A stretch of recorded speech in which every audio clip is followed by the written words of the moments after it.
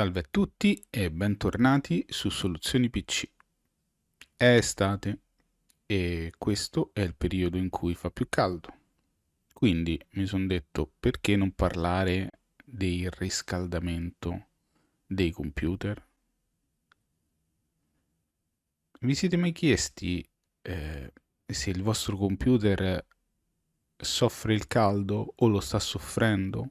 Oppure se il vostro computer sta performando di meno a causa del caldo? Ecco, oggi vorrei farvi una panoramica su come capire se il vostro computer sta soffrendo il caldo e quali sono le temperature da tenere d'occhio per capire se il vostro computer è in sofferenza. Poi, se l'argomento vi piace, posso portarvi un altro video su come pulire facilmente il vostro computer, in modo semplice e senza doverlo smontare.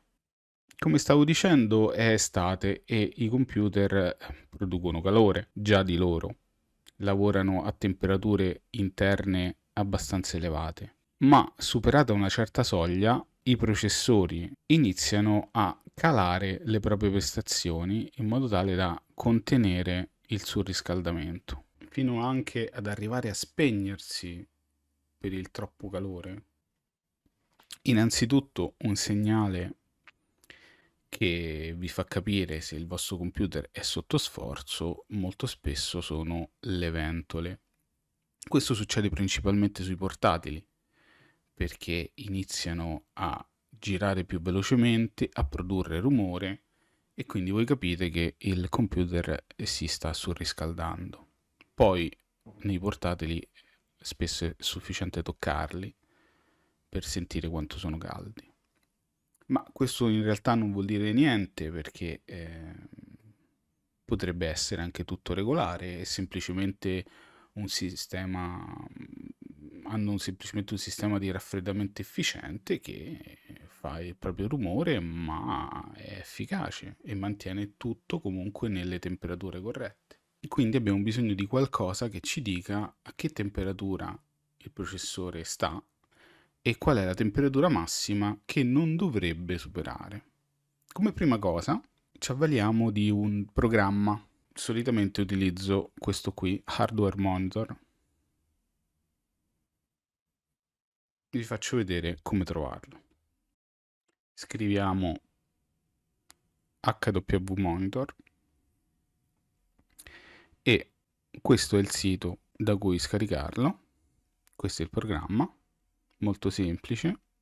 Scarichiamo per esempio questa versione che è la versione installabile, ma esiste anche una versione che non necessita l'installazione. Installiamo il programma in questo modo.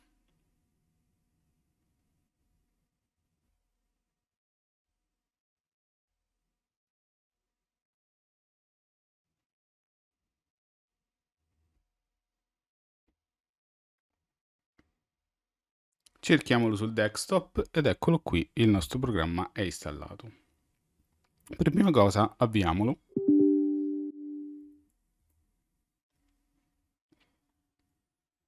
Ed ecco qui che già ci propone una cifra di informazioni.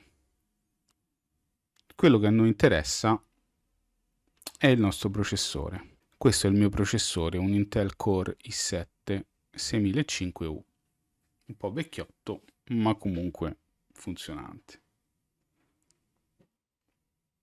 Qui in basso possiamo vedere la temperatura generale del processore. Possiamo avere anche un dettaglio dei vari core, ma in realtà vanno tutti più o meno insieme di pari passo. Attualmente il mio processore sta sui 60-70 gradi. Qui potete vedere un valore minimo e un valore massimo che ha raggiunto durante il monitoraggio di questo programma, cioè quando il programma era aperto. Ecco, adesso queste temperature sono alte, sono basse, Dovrei preoccuparmi? Come faccio a saperlo?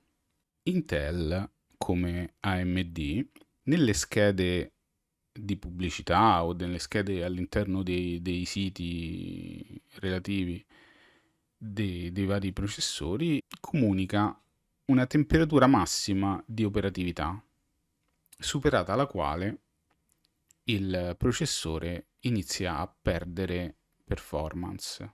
Come si dice in gergo, va in thermal throttling, e un superamento costante della temperatura massima di operatività potrebbe appunto danneggiare il processore. Quindi occhio.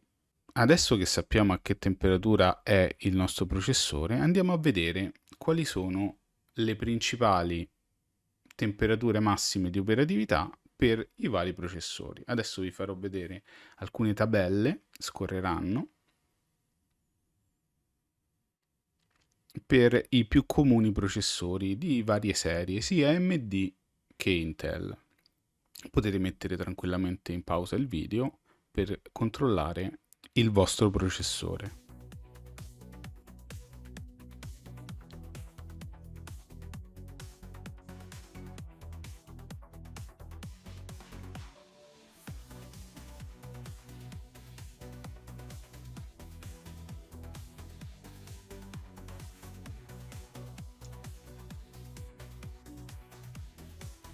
Benissimo, adesso che avete controllato se il vostro processore è surriscaldato oppure no, e avete scoperto che è surriscaldato, vi chiedete: ma adesso che cosa posso fare?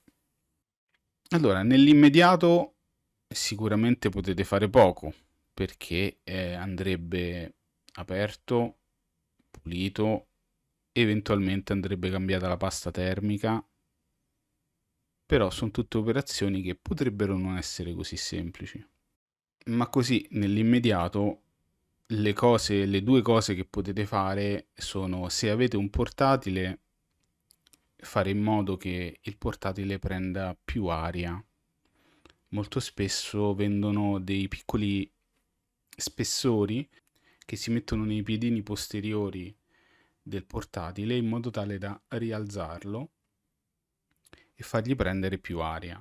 Esistono anche delle basi con delle ventole che aiutano a raffreddarlo, ma di base dovete sempre stare attenti che le grate di uscita dell'aria del vostro portatile siano libere, che la superficie su cui poggiate il portatile sia una superficie piana e priva di polvere, perché se utilizzate il portatile sul letto o sulle coperte siete delle brutte persone, questo ve lo dico. Per quanto riguarda il computer fisso, quello che potete banalmente fare è aprire una delle due paratie e fargli prendere più aria, almeno nei periodi più caldi. Bene, questo era tutto per oggi, spero di esservi stato utile. Se sì, lasciate un like e lasciate un commento se volete un video su come pulire facilmente i computer portatili e i computer fissi. E noi ci vediamo a un prossimo video. Ciao a tutti!